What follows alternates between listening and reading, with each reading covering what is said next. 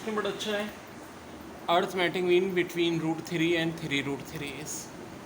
तो भाई बड़ा आसान सा तरीका होता है, अर्थमेटिक मीन है तो प्लस करके 2 से डिवाइड कर दो। √3 कॉमन आएगा तो 3 + 1/2 यानी 2√3, ये आंसर हो जाएगा। 3 coins toss simultaneously, what is probability that obtain at least one tail? तो यार एटलीस्ट वन टेल हो या वन हेड हो, इसके लिए एक बड़ी आसान ट्रिक याद रखो। जितने कॉइन्स हैं, ठीक है,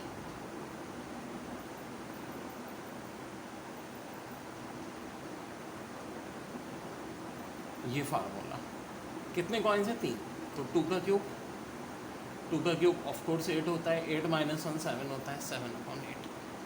3 coins are tossed simultaneously, what is probability of obtaining at least 2 heads?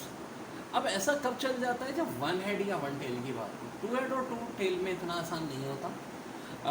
इसके लिए हमें कम्बिनेशन का फार्मूला भी लगाना पड़ जाता है। देखो नीचे तो सीधी सादी बात है, 3 कॉइन्स है, 2 की पावर 3 आ जाएगा। ऊपर 3 कॉइन में से हमें 2 हेड चाहिए तो 3 कम्बिनेशन 2 हम लगाएंगे, ठीक है। 3 कम्बिनेशन 2 का मतलब है 2 हेड्स वाले आ जाएंगे जो कि 3 आ जाएंगे, और एक 3 हेड वाला भी होगा।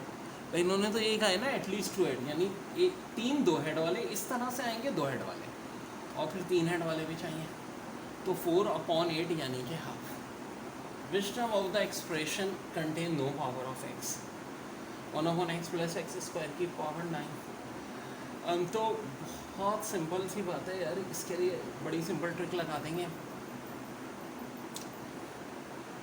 हाँ, इसके लिए भी एक ट्रिक है मेरी। वो ट्रिक क्या लाती है, numerator plus denominator multiply by power. Numerator से मुराद यहाँ देखो x की पावर कितनी है, 1 है। इस वाले में x की पावर कितनी है, 2 है, तो 1 + 2, और ओवरऑल ब्रैकेट में पावर 9 है। 9/3 कितना होता है, हाँ जी, कितना होता है, 3। तो r की वैल्यू अगर 3 है, इससे r की वैल्यू निकलती है, तो टर्म हमेशा उससे ज़्यादा होगी, 4 term. Power of x occurring in the 7 term of the expression. So dear, अब अगर ये 7 टर्म का मतलब होता है कि r की वैल्यू हमारी 6 होती है, तो डियर याद रखो यहाँ आती है n - r, यानी कि 9 - 6, और इधर वाले पे ये जो अपॉन का x है, इस पे आएगी r यानी कि 6। यहाँ 3, यहाँ 6, तो ज़ाहिर है ये बच रही है x की पावर -3, यही पूछा था। 10 15/cos 75, क्या इन दोनों का सम 90 है? बिल्कुल जी 90 है। अगर 10 और कॉड हो ऊपर नीचे और सम 90 हो तो इनकी वैल्यू 1 होती है। If x + y = 90, then which of following must be true? cos x = cos y,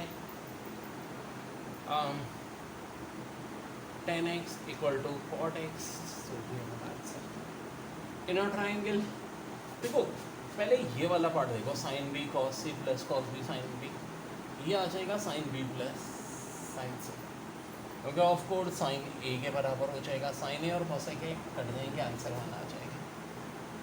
sin a - cos a, theta का स्क्वायर देखो a - b होल स्क्वायर के फार्मूले से ओपन करोगे, sin स्क्वायर + cos स्क्वायर जो कि 1 के बराबर होगा, बाकी सब कट आ जाएगा। Angle of elevation of the top from a point to b it's 30 degree. What will be angle of elevation of the observer move 40 meter nearer to the tree?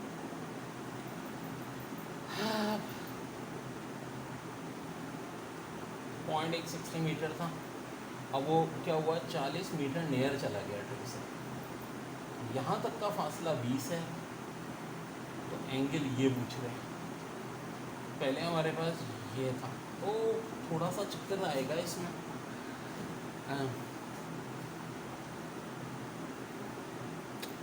एक तरकीब हो जाएगी जी हाँ, कि ये 30 डिग्री था, हम वही लगाएंगे जी, tan 30 = हाइट को h लगा के ये 60 है, ठीक है। और अब हमें tan थीटा चाहिए, h तो वही है, डिस्टेंस अब खाली 20 रह गया, सो अगर एच को इक्वल ले लें तो 60 10 30 जो कि ऑफ कोर्स 1/√3 होती है इक्वल टू 10 थीटा 20 उधर जाके डिवाइड हो जाएगा, यहाँ से बच जाएगा 3 30 इस का रिजल्ट भी मुझे कुछ मशहूर लग रहा है क्वेश्चन 1 की तरह से। एक बार मैं और देख लूँ, angle of elevation of the top from a point 60 metre away from tree is 30 degree.